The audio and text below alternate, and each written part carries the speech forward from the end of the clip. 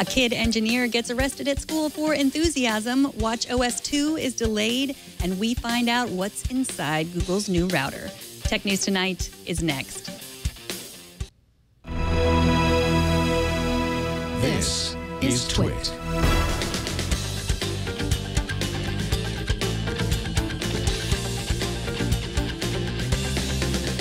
This is Tech News Tonight, episode 425 for Wednesday, September 16th, 2015.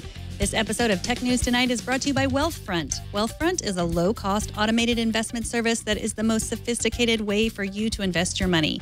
Whether you've got millions or you're just starting out, visit wealthfront.com/TN2 to sign up and get your free personalized investment portfolio.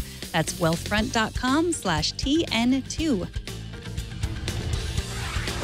Welcome, I'm Megan Morrone. Let's get to the tech news. Dallas police held a press conference today in order to stem the rising tide of anger against them for arresting a 14-year-old maker who brought a homemade clock to school. Ahmed Mohammed is a freshman in high school, and over the weekend he re-engineered a digital clock and put it in a $7 pencil case you can buy from Target. I know because my kids have the same pencil box, and they've brought it to school many times with their snap circuits in it, and yet they have not been arrested. Mohammed says he brought the engineered clock to school to show his engineering teacher, who allegedly told him not to show it to any other teachers. Later, when the clock alarm went off in English class, Mohammed was arrested and taken away in handcuffs. He's pictured on Twitter in his NASA t-shirt looking terrified. No charges were pressed, and the school says that they never thought it was a real bomb, just that it was against school rules to bring a hoax bomb. So handcuffs were necessary. Ahmed is being praised for his geekiness, and the school is being roundly criticized, not only for their overreaction, but also for their apparent racism against Ahmed. Even President Obama and presidential candidate Hillary Clinton have tweeted their support of the boys' excitement about science. And speaking of schools needing to get better about science, the New York Times is reporting that Mayor Bill de Blasio will require that all middle and high schools in New York offer computer science within a decade. Computer science will not be a requirement to graduate, although that wouldn't be a horrible idea. De Blasio is just making it a requirement for schools to teach it, at least as an elective. iOS 9 came out today. The update was slow this morning and ended up taking me about 45 minutes with stalls and restarts, so patience is required. So far, the new OS is as pretty and as smart as promised. Leo and I will have our first real impressions next Monday at 12:30 Pacific time on iOS Today. Apple's second version of the Apple Watch operating system was also supposed to come out today, but it did not. Apple says WatchOS 2 had a critical bug. They did not elaborate, but it must have been critical enough for them to delay a release. In a statement to TechCrunch, the company said the bug is taking longer to fix than they expected, and they do not yet have a date when the upgrade will be available. One of the promised features of WatchOS 2 is time travel, the ability to use the digital crown to scroll back and forth through time. Maybe it will also allow Apple to go back in time and get this update out today. Do you know what else is not getting an update today? Microsoft Zune. The company announced today that as of November 15th, 2015, Zune services will be retired. You will no longer be able to stream or download content to your device from the Zune music service. However, Zune will still function as a music player if you have MP3s on the device that you own. That content will remain there. You will also be able to transfer music to and from your Zune player. Existing Zune Music Pass subscriptions will be converted to Groove Music Pass subscriptions. Last month, we reported that Twitter had blocked the website PolitWhoops from their API. PolitWhoops is devoted to tirelessly archiving the tweets that politicians posted and then perhaps wisely reconsidered and deleted. Twitter said the site was violating their terms of service and blocked it. Well, the promise and power of internet permanence has been restored. The Open State Foundation announced today that they have preserved 1 million deleted tweets by politicians by uploading them to the Internet Archive. So think twice before you tweet. And also, if you don't know the difference between the box where you search Twitter and the box where you tweet, maybe you should also think twice before you become a politician. Coming up, I'll talk to Ron Amadeo about Google's $200 router and a first look at a robot vacuum cleaner that does not double as a home security camera, thankfully. But first, have you tried Wealthfront yet? I haven't because I'm legally not allowed to since they're our sponsor. But what is stopping you? Traditional advisors charge huge fees between 1% and 3% of what you've got under management, plus hidden fees for transactions and changes. Wealthfront makes it easy for anyone to access world-class long-term investment management. You can get started investing today at a minimum of $500. You sign up for an account at wealthfront.com, and in just minutes, it goes right to work monitoring your portfolio around the clock and taking action as soon as an opportunity arises. And we talk a lot about on this show about how algorithms and automation can help us save money and time, and Wealthfront is a great example of that. Wealthfront manages over $2.6 billion in client assets, and it's grown over 20 times in the past 2 years. So join Wealthfront and start investing your money the right way today. Visit wealthfront.com/TN2 to sign up and get your free personalized investment portfolio. You'll see the customized allocation they recommend for your profile. And just for Twit listeners, if you sign up to invest, Wealthfront will manage your first $15,000 entirely free of charge for life. So claim your offer today at wealthfront.com/TN2.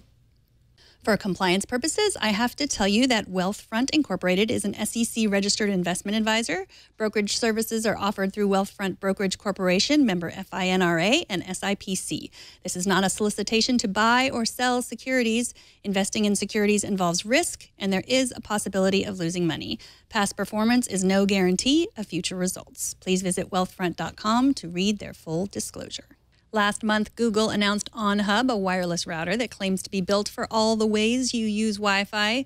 Today, the tinkerers over at iFixit have done a teardown of the $200 device and found that it has some surprising innards. Ron Amadeo from Ars Technica recently reviewed the OnHub, and he's here to tell us what to make of what's inside. Welcome, Ron. Hey, Megan, how are you? I am good. So they found lots of antennas, a huge heat sink, and they learned that it was mostly held together with clips. I'm assuming you don't mean binder clips, some kind of clips. Were there any surprises?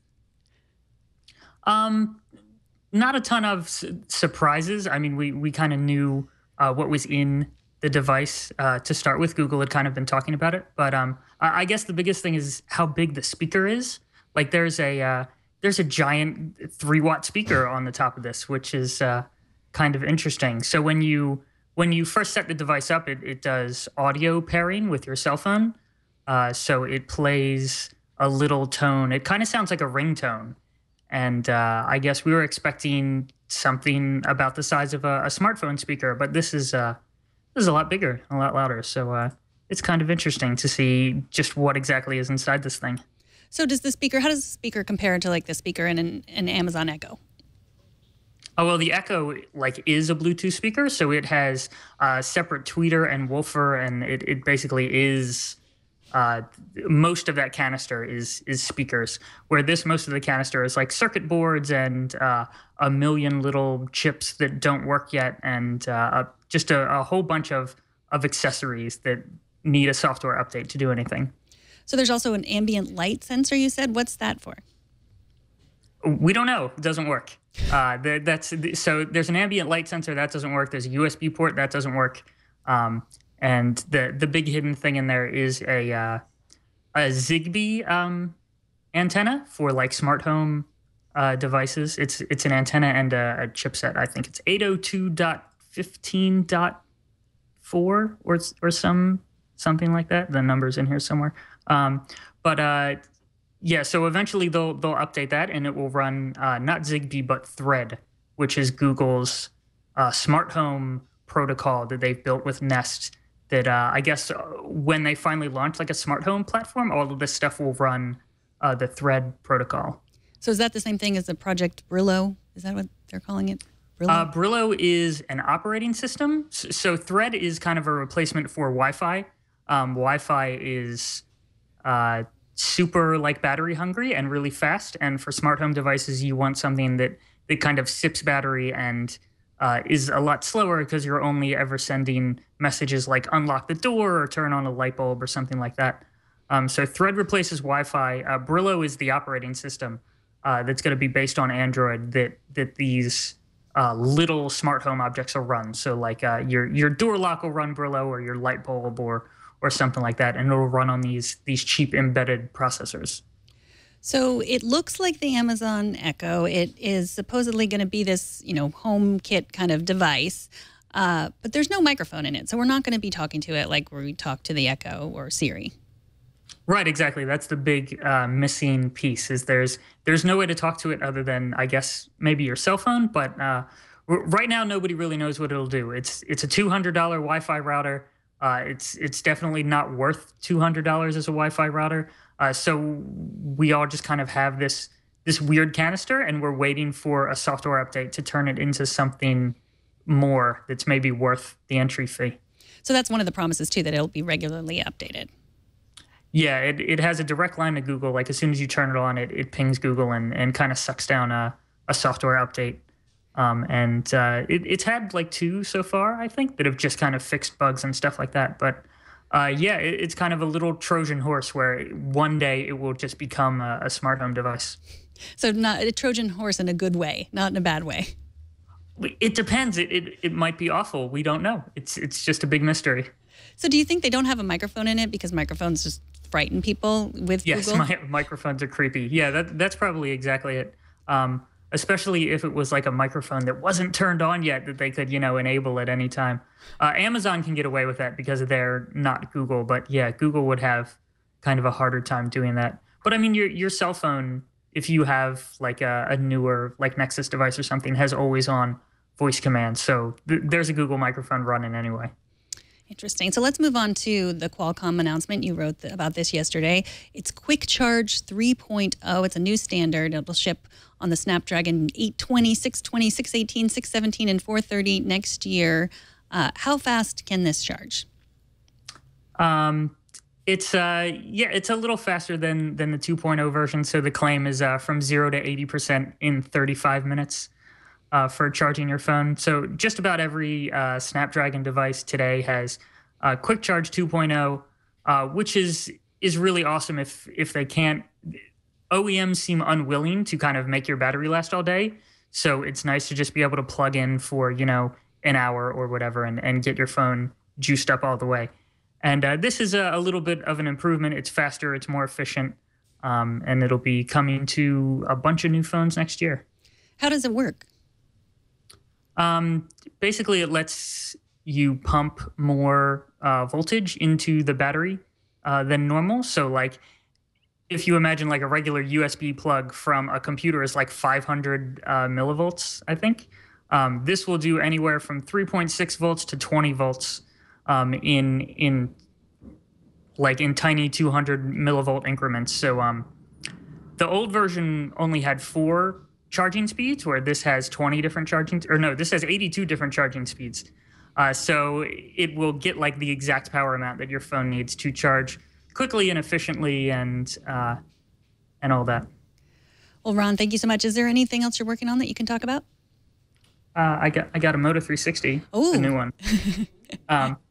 So yeah, this came in yesterday or something, and I'm kind of digging in that, and that's going to be my big review next. That's the one that has the women's version also available? Yeah, that was the coolest part of putting this on. You put it on and like it fits, whereas the old one didn't fit. Do I have? Yeah, here's the. So I got the smaller one. Smaller, not the women's version, the smaller version. Well, the women's version is kind of, it's the same size as this one. Uh-huh. It's just the lugs are smaller. Ah. So the band size is different, but there's 2 different sizes. Off the top of my head, I don't know them, but yeah, it's like one of the smallest smartwatches ever. And if you're like me and have small wrists, you put it on and you got a shot of it like fitting. Like, look, you can see wrist on the sides of this watch, which is unheard of for smartwatches, really. Right, and it doesn't scream Android Wear or smartwatch. It's nice. It looks. Yeah, it's metal, and the best thing is with Moto Maker, you can design so much of it. Like, you can do different bands, and you can do all these different things to the bezel. Like, you can pick a chamfer or Neuralink or all sorts of different body colors and things like that. It's really nice. Yeah, there's Moto Maker. All of that stuff. When you have a wearable device, the primary thing is, does it look good? So like there's other Android Wear watches out there where you could look at the spec sheet and say, oh, this spec sheet is a little higher. But for a wearable, like, the only thing that matters is, does this look good on me?